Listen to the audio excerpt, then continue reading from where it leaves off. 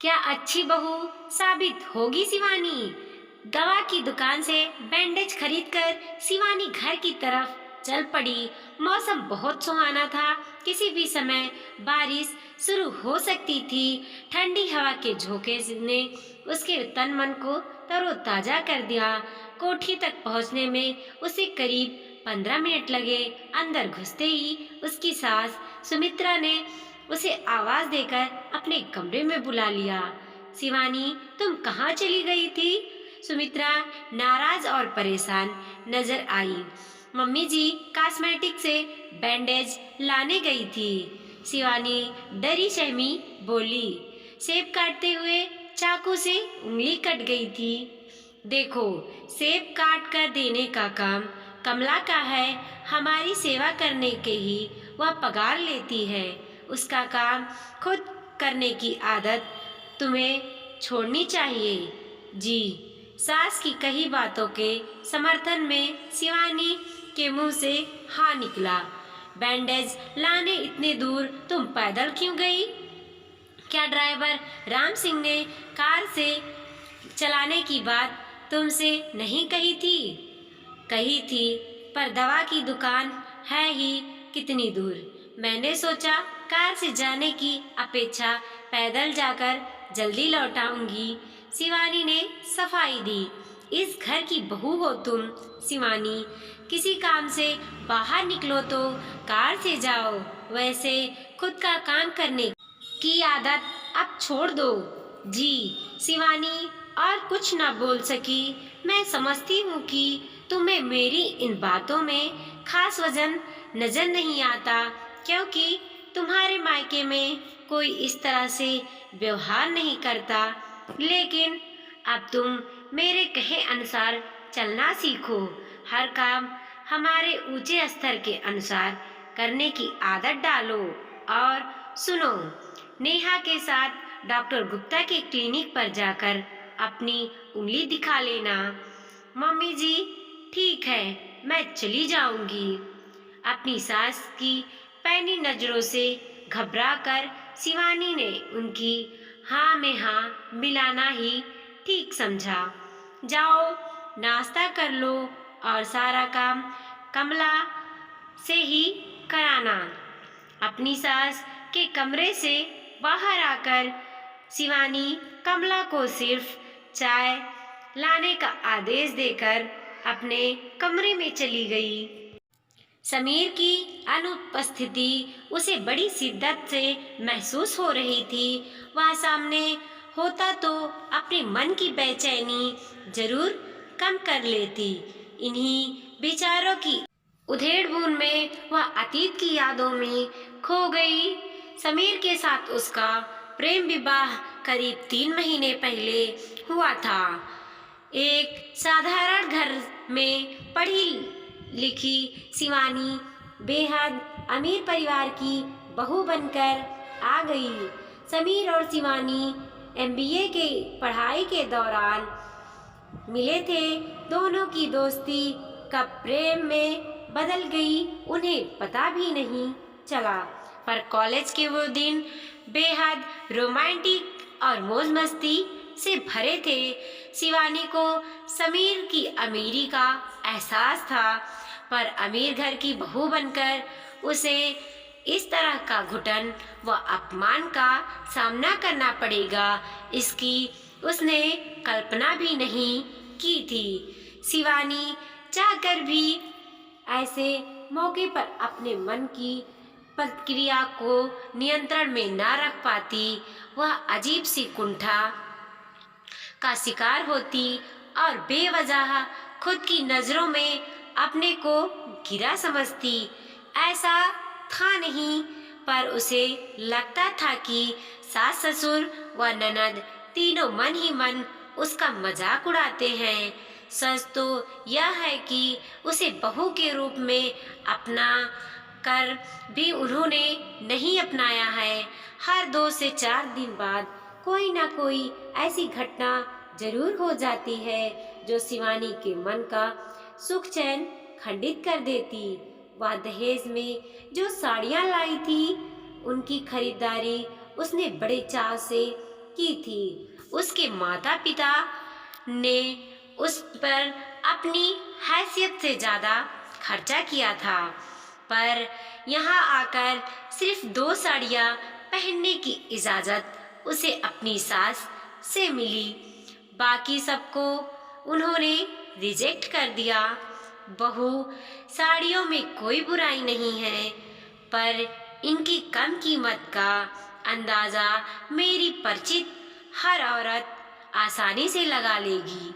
तब मैं उनकी मौखलाहट उड़ाती नज़रों व तानों का सामना नहीं कर सकूंगी। प्लीज़ तुम इन्हें मत पहनना, या कभी मायके जाओ तो वहाँ जी भर कर पहन लेना। अपनी सास की सलाह सुनकर शिवानी मन ही मन बहुत दुखी हुई थी। बाद में शिवानी ने गुस्से से भरकर समीर से पूछा था, दूसरों की नज़रों में ऊंचा बने रहने को क्या हमें अपनी खुशी व शौक दांव पर लगाने चाहिए? डार्लिंग, क्यों बेकार की टेंशन ले रही हो? समीर ने बड़े सहज भाव से उसे समझाया। माँ तुम्हें एक से एक बढ़िया साड़ी दिला रही है ना। उनकी खुशी के खातिर तुम ऐसी छोटी मोटी बातों को दिल से लगाना छोड़ दो। शादी के बाद समीर के प्रेम में जरा सा भी अंतर नहीं आया था। इसी बात का उसे सबसे बड़ा सहारा था, वरना वह अपनी ससुराल वालों की अमीरी की दिखावटों के कारण अपना बहुत ज़्यादा खून फूंकती। उसके ससुर रामनाथ जी ने उसकी इच्छाओं व भावनाओं समझने का प्रयास नहीं किया।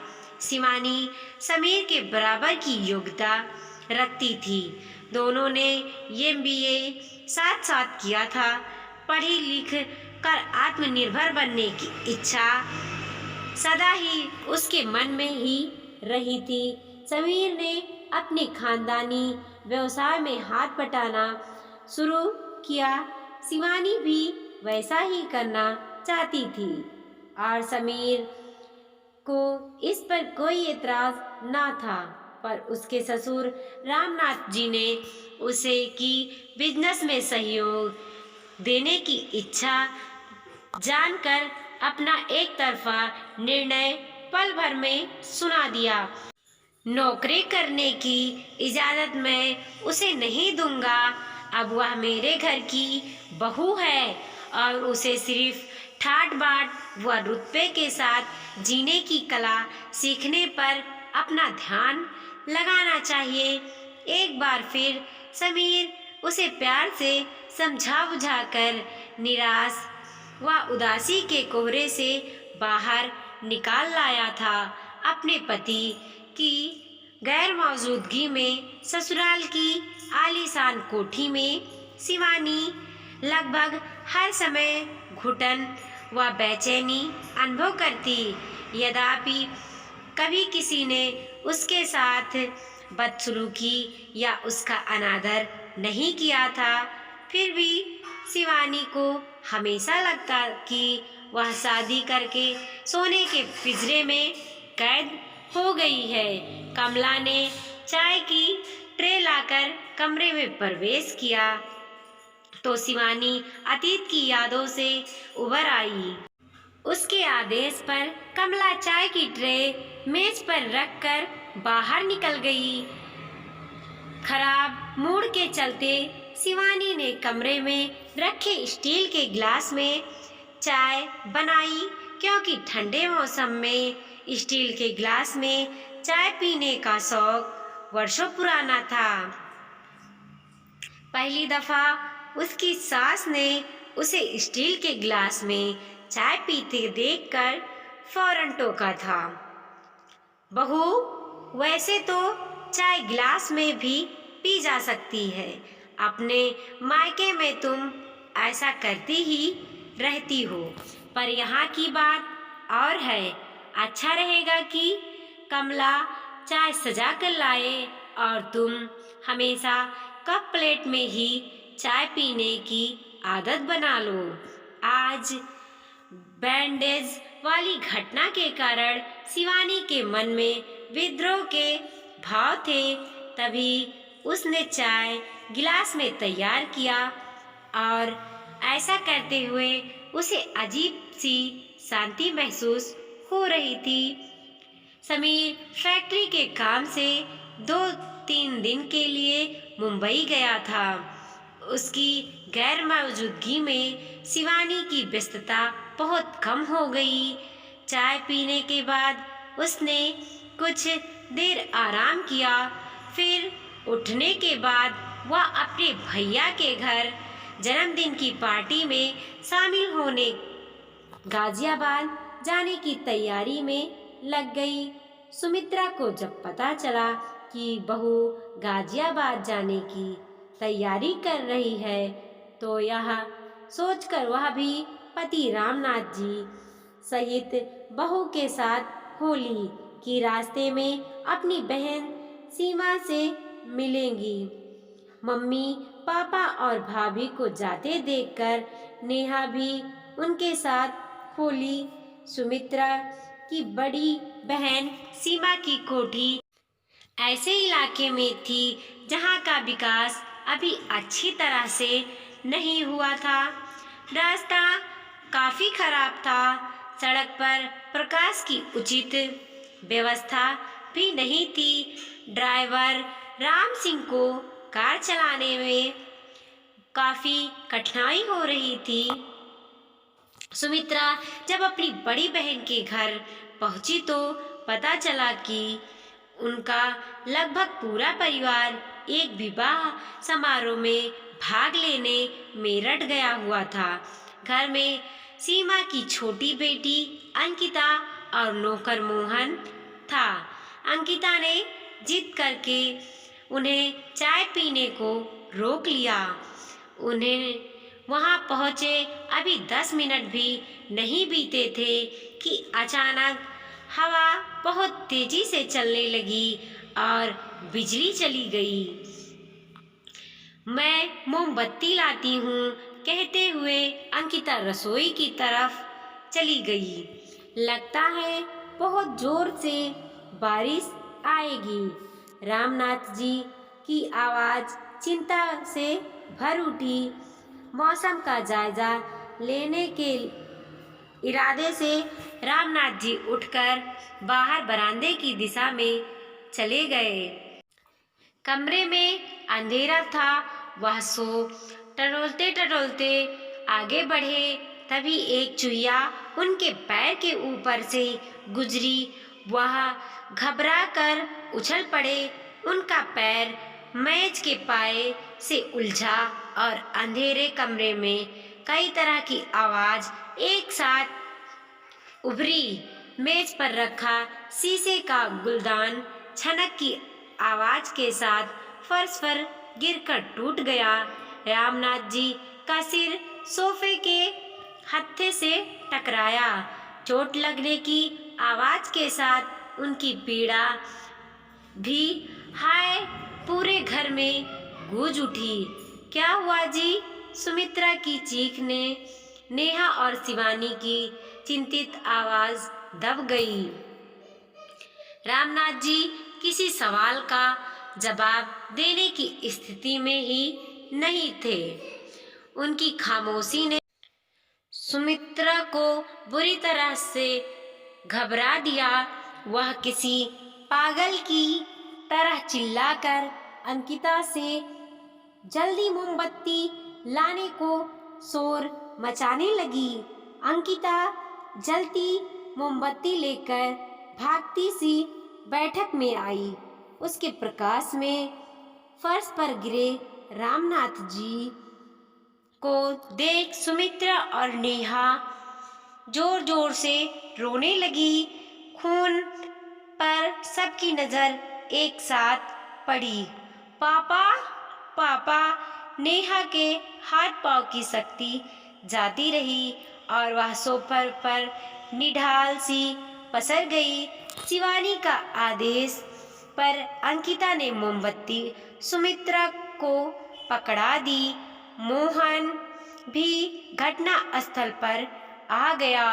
शिवानी ने मोहन और अंकिता की सहायता से मूर्छित रामनाथ जी को किसी तरह उठाकर सोफे पर लिटाया।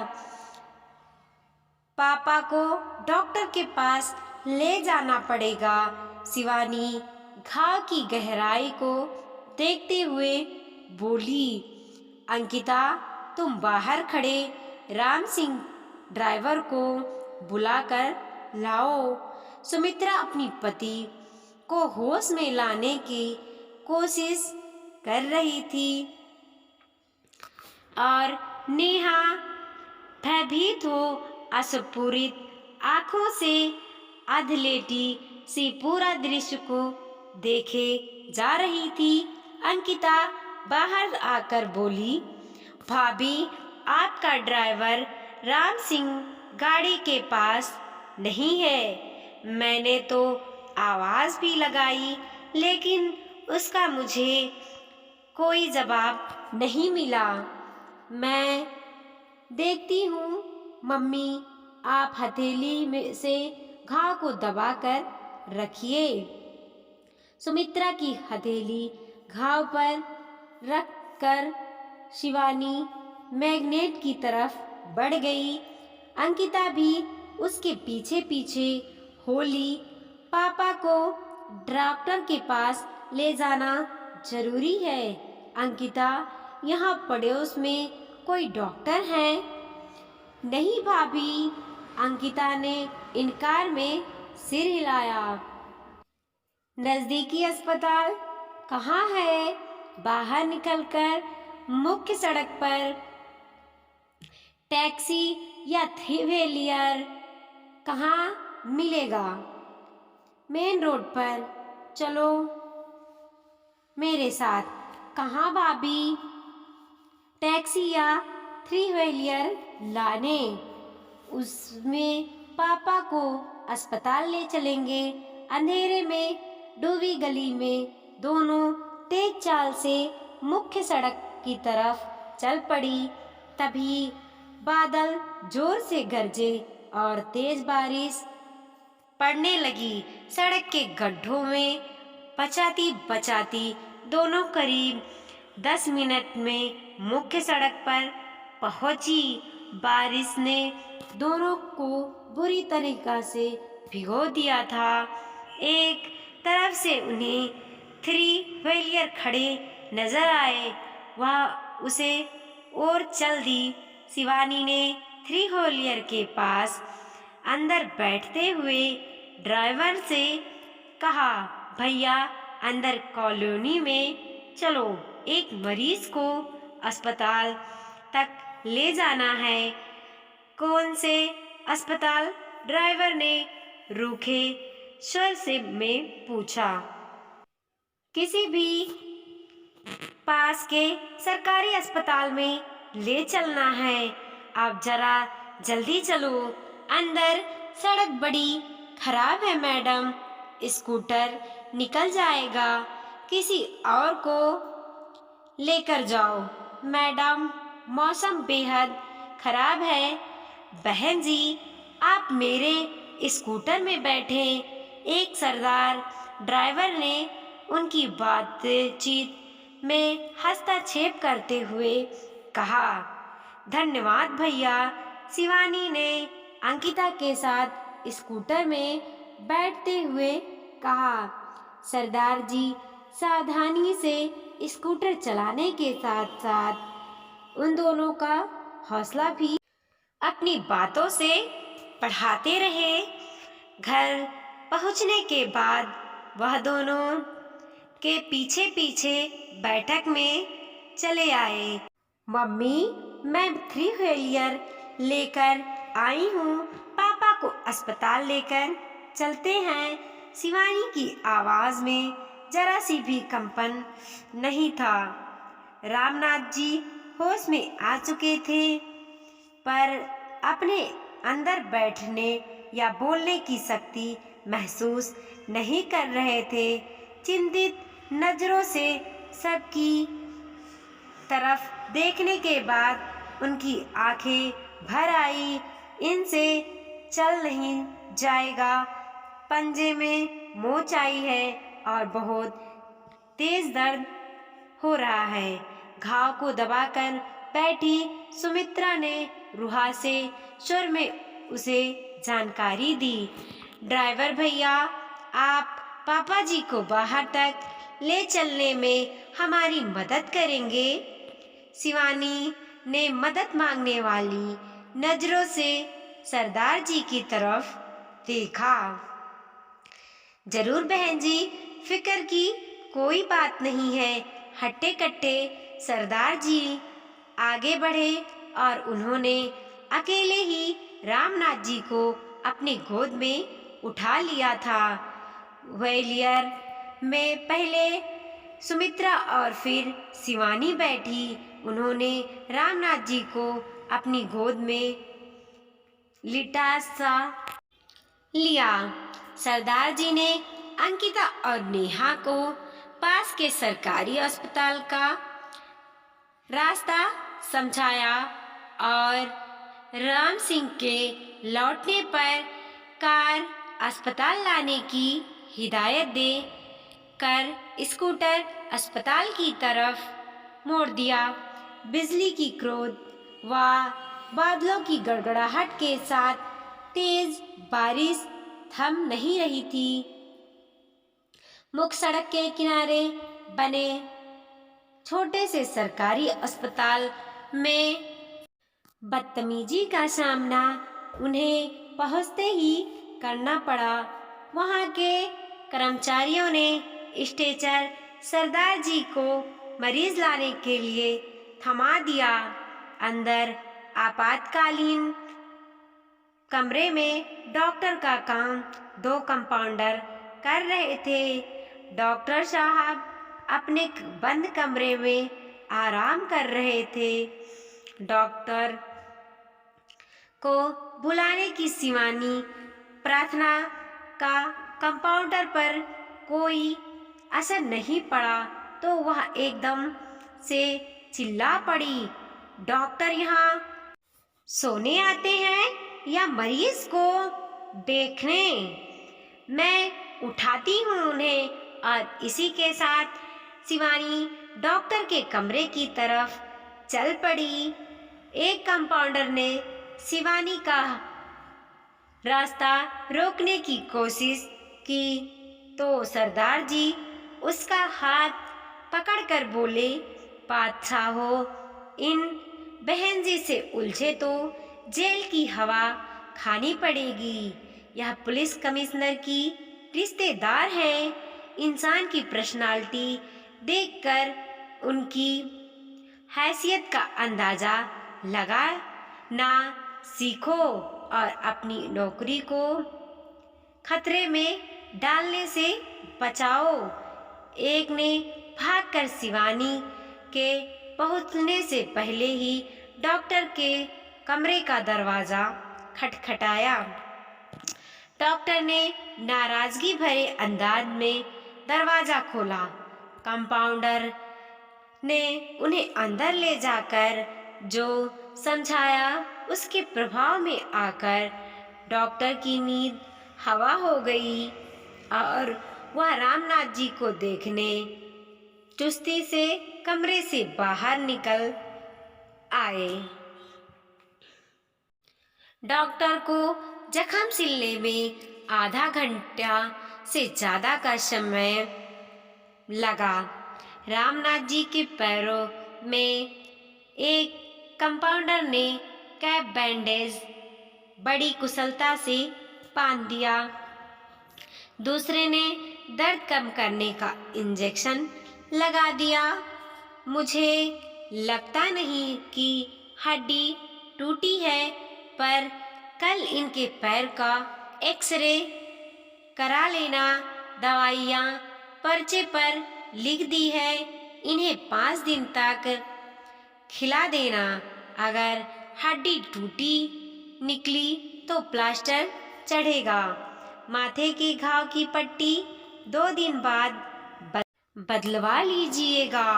डॉक्टर ने बड़े अदब के साथ सारी बात समझाई। तभी राम सिंह, अंकिता और नेहा वहां आ पहुंचे। नेहा अपने पिता की छाती से लगकर रोने लगी। राम सिंह जी ने सुमित्रा को सफाई दी। साहब ने कहा था कि घंटे भर से बाद चलेंगे। मैं सिगरेट लाने को दुकान ढूंढने निकला तो जोर से बारिश आ गई। मुझसे गलती हुई। मुझे कार से दूर नहीं जाना चाहिए था। स्टेचर पर लिटाकर दोनों कंपाउंडर रामनाथ जी को कार तक लाए। शिवानी ने उन्हें इनाम के तौर पर 50 रुपया सुमित्रा से दिलवाए। सरदार जी तो किराया के पैसे ले ही नहीं रहे थे। अपनी इस छोटी बहन की तरफ से उसके भाई भतीजों को मिठाइयाँ खिला देना। भैया, शिवानी के ऐसा कहने पर ही भावुक स्वभाव वाले सरदार जी ने बड़ी मुश्किल से 100 रुपए का नोट पकड़ा। विदा लेने के समय तक वह सरदार जी ने शिवानी के हौसले व समझदारी की प्रशंसा करना जारी रखा। इस तरह का काम लौटते समय अंकिता भी करती रही। वह इस बात से बहुत प्रभावित थी कि अंधेरे और बारिश की चिंता ना कर शिवानी भाभी निडर भाव से 3 व्हीलर लाने निकल पड़ी थी। अंकिता को उनके घर छोड़ वह सब वापस लौट पड़े। सभी के कपड़े खराब हो चुके थे। रामनाथ जी को आराम करने की जरूरत थी।